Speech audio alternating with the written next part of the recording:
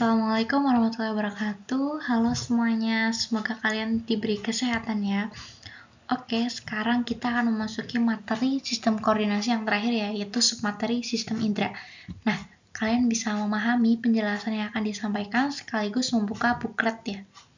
Oke, nah sekarang sistem indera kita itu ada 5 ya. Utamanya yaitu sistem indera. Nah, sistem indera sendiri itu termasuk reseptor. Kalian masih ingat kan yang pernah kakak ajarkan di materi sistem saraf, bahwa reseptor itu merupakan sistem indera ya, yaitu yang menerima rangsang.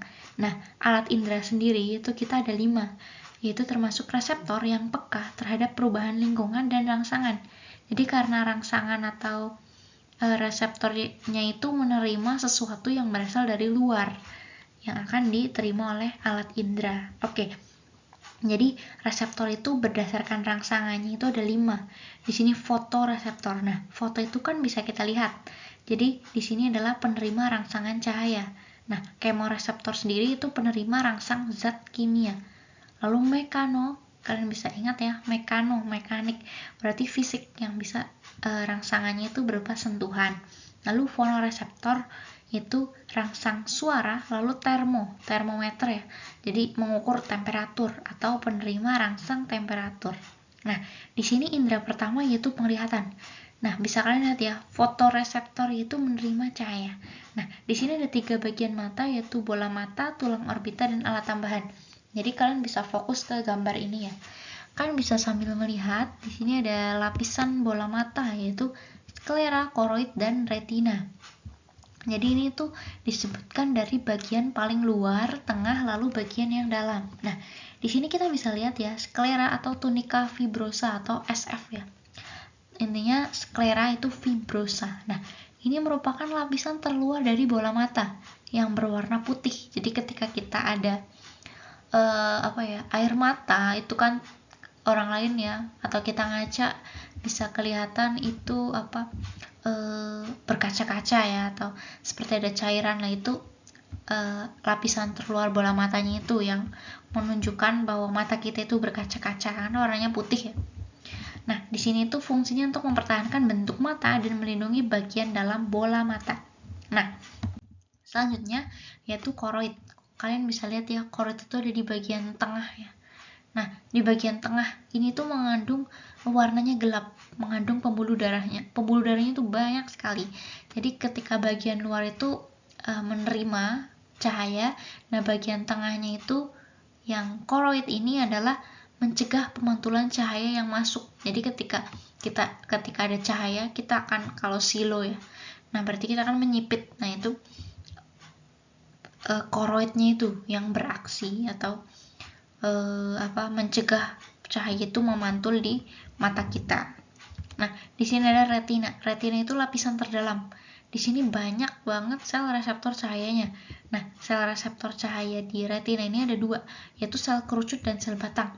Ini dinamakan sel kerucut dan sel batang karena memang bentuknya di situ adalah sel kerucut, bentuk kerucut dan sel batang. Nah, kalian bisa lihat ya penjelasannya. Kerucut itu konus, jadi kalian bisa ingat ya, kalau matematika itu konus ya, ada sinus, konus, sin, kos ya, kos, konus. Nah, di sini tuh sel kerucut. Nah, di sini tuh peka cahaya tinggi dan memunculkan warna merah, biru, hijau. Jadi ketika kita melihat bisa melihat warna, berarti kan kita itu melihat ketika terang ya. Jadi di sini tuh di sel kerucutnya ada senyawa iodopsin yang untuk melihat ketika kita bisa terang. Jadi ketika mata kita terang kan auto kita bisa melihat warna merah, biru, hijau sebagai dasar warna dan warna-warna lainnya. Nah, lalu sel batang atau basil, SB ya, sel batang, basil, peka terhadap cahaya yang lemah. Jadi di sini ketika kita di tempat gelap ya, ketika mati lampu atau di mana gitu ya, jadi ketika kita itu bisa melihat atau melek ya bahasanya, ini berkat bantuan sel batang atau sel basil. Nah, di sini ada alur cahaya masuk mata melalui lubang pupil. Pupil ini kan di paling luar ya. Nah, jadi ini masuk melalui kornea, lalu humor aqueous, lalu ke lensa. Nah, ke lensa itu ke vitreous. Nah, habis ke vitreous lalu akan rangsangannya itu akan dibiaskan sebanyak 4 kali, sehingga bayangan bisa jatuh di retina, lalu bisa kita melihatnya. Sesuatu yang kita lihat itu bisa dilihat setelah bayangannya itu jatuh tepat di retina mata kita. Nah, di sini ada yang lebih jelasnya lagi. Kalian bisa lihat buklet halaman 32 nomor atas 22, atau kalian bisa lihat di sini ya. Jadi di sini ketika ada rangsangan cahaya, maka gelombang cahaya dibelokkan ke kornea dan lensa. Nah, pupil ini yang menerima lalu diteruskan ke lensa, vitreous humor, lalu akan dilanjutkan ke retina. Retina ini akan yang mengantarkannya ke otak melalui saraf optik. Nah, saraf optik ini akan dilanjutkan lagi ke lobus occipital untuk diinterpretasikan atau di pembiasan sebanyak 4 kali agar nanti akan diterjemahkan ke otak. Nah, indera kedua yaitu indera pengecap. Indera pengecap kita apa? Lidah ya. Lidah itu kemoreseptor cair. Jadi ketika menerima rangsangan zat kimia itu berbentuknya cair. Sekalipun kita makan makanan padat, tapi akan dikunyah berkat bantuan lidah ya di sistem pencernaan.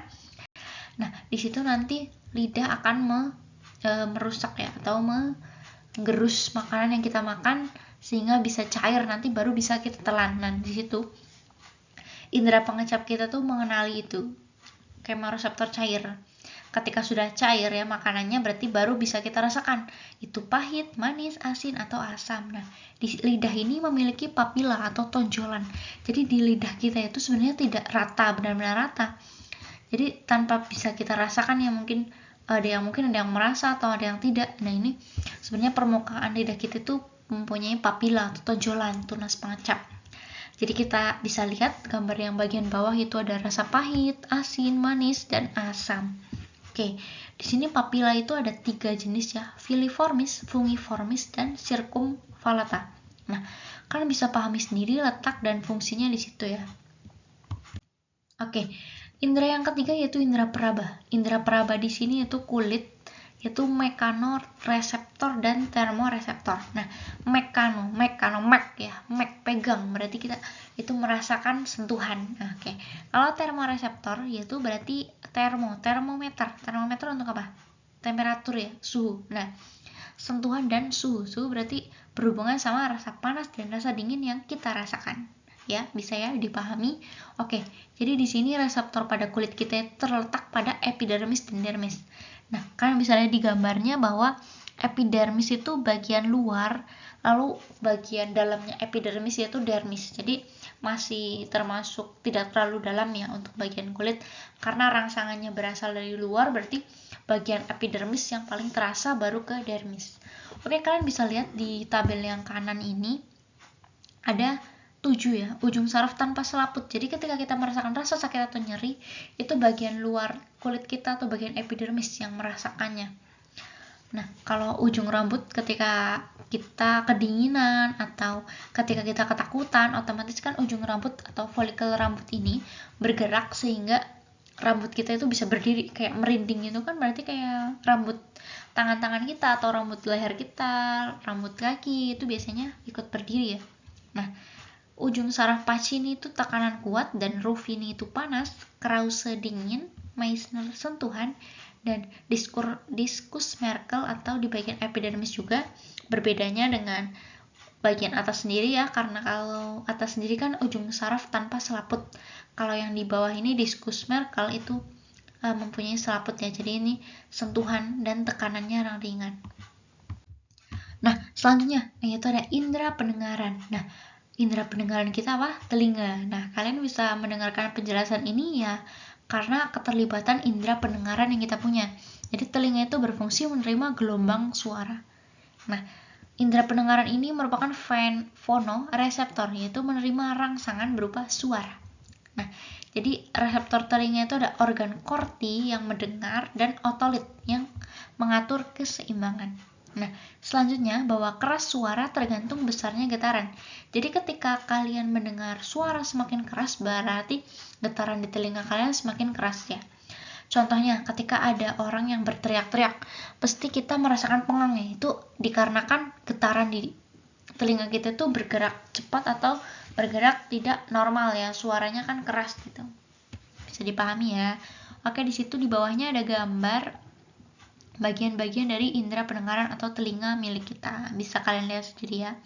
Nah, membran timpani, terus osikula, koklea. Koklea kalian bisa lihat ya, bentuknya seperti siput. Itu dinamakan koklea, itu nama lain dari rumah siput. Oke. Nah, selanjutnya kalian bisa lihat sendiri ya, di sini itu adalah bagian telinga kita. Kalian bisa lihat di booklet halaman 36 nomor atas 24 atau di sini. Nah, kalian bisa mempelajari sendiri, di situ ada bagian-bagiannya juga fungsinya apa. Oke? Nah, selanjutnya indera pembau. Indera pembau itu termasuk kemoreseptor. Nah, apa bedanya sama lidah? Kalau lidah itu rangsangan zat kimianya berupa cair, kalau pembau itu berupa gas. Ya, jadi ketika kita melihat ketika kita ada teman kita ngentut ya. Nah, ketika teman kita kentut, auto kan kita merasakan bau gasnya ya. Nah, gasnya itu yang membau. Nah, indera pembau ini yang bergerak, yaitu berupa hidung kita. Nah, reseptor di hidung itu ada saraf olfaktori. Letaknya itu di langit-langit rongga hidung. Nah, dia itu fungsinya peka terhadap rasa, peka terhadap bau ya. Bukan bau baru, tapi ini bau, peka terhadap bau. Nah, indera pembau ini termasuk bagian sensitif, sehingga kita bisa merasakan bau-baunya. Ini di sini ada strukturnya, kalian bisa pahami sendiri. Nah, di sini ada alur bau masuk ke hidung. Jadi ketika zat kimia dalam udara ya, alur yang pertama zat kimia dalam udara. Misal kita merasakan bau busuk dari sampah. Nah, bau busuk itu sebelum kita mengenali bau busuk, maka baunya itu akan ke rongga hidung kita. Di rongga hidung kita nanti akan diterima oleh selaput lendir hidung. Jadi rongga hidung kita itu tidak benar-benar kering, di situ ada selaput lendirnya untuk menjaga kelembaban di hidung kita. Lalu masuklah ke ujung saraf olfaktor, yaitu ujungnya dulu. Setelah masuk ke ujung maka diteruskan melewati silia sel olfaktori, lalu baru ke saraf olfaktorinya. Saraf olfaktorinya ini nanti yang akan menerjemahkan baunya. Nah, sebelum diterjemahkan baunya, kita akan dilanjutkan ke bulbus olfaktorius, yaitu struktur yang nanti akan mengantarkan ke otak ya. Jadi nanti melewati saraf pembau baru akan diantarkan ke otak. Nanti otak akan menerjemahkan bahwa rangsangan yang diterima adalah bau busuk atau bau wangi atau bau apa-apa. Oke. Nah, setelah kita mempelajari 5 sistem indera tadi, kita bisa melihat ya di sini bahwa kalian itu kan 11 MIPA 1 ya, baru mengerjakan 1 LKPD. Berbeda dengan kelas lain yang kakak ampu pada materi sistem koordinasi udah mengerjakan 2 LKPD. Jadi untuk sebagai nilai kalian nanti dimohon setiap kelompok untuk mengerjakan ELKPD sistem indera. Kalian bisa lihat di booklet halaman 38 nomor atas 26. Bisa kalian lihat di gambar kiri ini ya, nanti kalian bisa mencet tulisan sistem indera yang garis bawah. Nah, wajib dikerjakan sebagai nilai dan presensi kehadiran hari ini. Oke. Seperti biasa, LKPD ini dikerjakan secara berkelompok dan setiap kelompok cukup mengumpulkan satu saja. Dan maksimal pengumpulan hari ini karena digunakan sebagai presensi kehadiran. Oke, nanti bagi yang tidak mengerjakan tidak usah dicantumkan namanya. Cukup yang dicantumkan yang namanya yang dicantumkan itu yang mengerjakan saja. Oke. Bisa lihat ya pamflet atau apanya itu di bagian kiri. Nah, di sini tuh kalian membuat pertanyaan. Pokoknya semisal di situ ada gangguan yang dialami mata, berarti kalian bisa contoh ya. Pokoknya kalian bisa tulis lah, ini bukan contoh, ini bisa, ini contohnya cuma satu, nanti kalian teruskan sendiri ya. Jadi misal contohnya ini apa penyebab remaja, kalian bisa buat pertanyaan apa gangguan yang dialami mata atau apa gangguan yang dialami apa gitu ya. Nanti jawabannya juga di situ, pengumpulan datanya. Lalu pengolahan datanya kalian bisa lihat ya, nomor 1 itu tulis penjelasan dari sistem yang mengaturnya. Jadi buat gampangnya kalian lihat di judul LKPD-nya itu sistem apa, nah itu sistem yang mengaturnya. Oke, yang kedua tuliskan indera manusia apa saja. Nah, di perintah kedua itu singkatnya kalian sebutkan indera manusia ada apa aja, ada 5. Nah, kalian sebutkan bagiannya apa, fungsi dari bagiannya itu apa.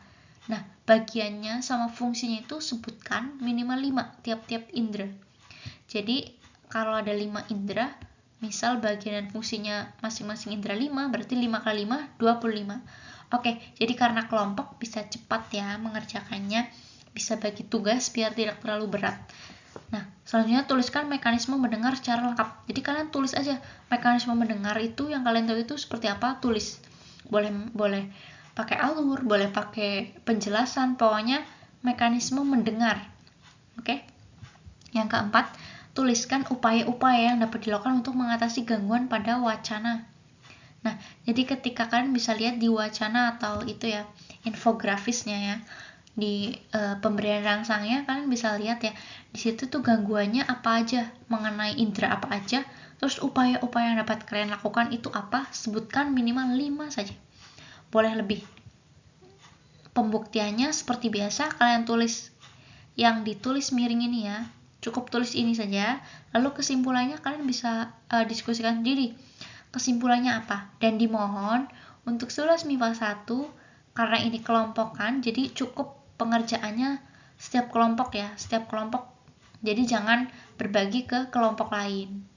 Jadi kemarin sistem hormon sudah dikoreksi dan ada beberapa kelompok 1-2 itu yang jawabannya itu hampir mirip, bukan yang bukan pembuktiannya ya. Kalau pembuktiannya pasti semuanya, tapi untuk yang bagian lainnya ini, pengolahan data yang lain, dimohon untuk setiap kelompok jangan nyalin ya, diusahakan bisa berbeda-beda. Oke? Nah, boleh misal sumbernya sama tapi di tatanan kata-katanya atau tatanan kalimatnya itu dibedakan biar kakak tidak mengira bahwa kalian itu hanya menyalin saja. Oke? Baik, cukup sekian ya. Jadi nanti kalau semisal ini kalian sudah selesai bisa dikumpulkan seperti biasa. Kalau ada kesulitan bisa ditanyakan, dan sebenarnya kalian itu diberi sedikit kuis ya. Tapi kalau kalian mungkin keberatan, kalian bisa mengerjakan ELKPD-nya ini saja. Biar nanti sama, kelas kalian itu mengerjakan 2 ELKPD seperti kelas lain yang kakak ampu. Nah, untuk selanjutnya kalian bisa, kalau semisal ada yang mau tambahan nilai atau bagi yang dispen atau yang pernah tidak ikut kelas biologi bersama kakak, nanti kalian bisa meminta tugas ke kakak ya. Nanti akan sudah dibuatkan tugasnya, tinggal kalian yang merasa dispen atau yang merasa izin selama pelajaran kakak bisa minta segera ya. Ditunggu karena ini adalah pertemuan menuju akhir untuk sistem koordinasi. Oke, cukup sekian ya. Bagi yang ingin mengerjakan kuis juga bisa chat kakak atau bisa calling di grup, nanti akan di sharing kuisnya.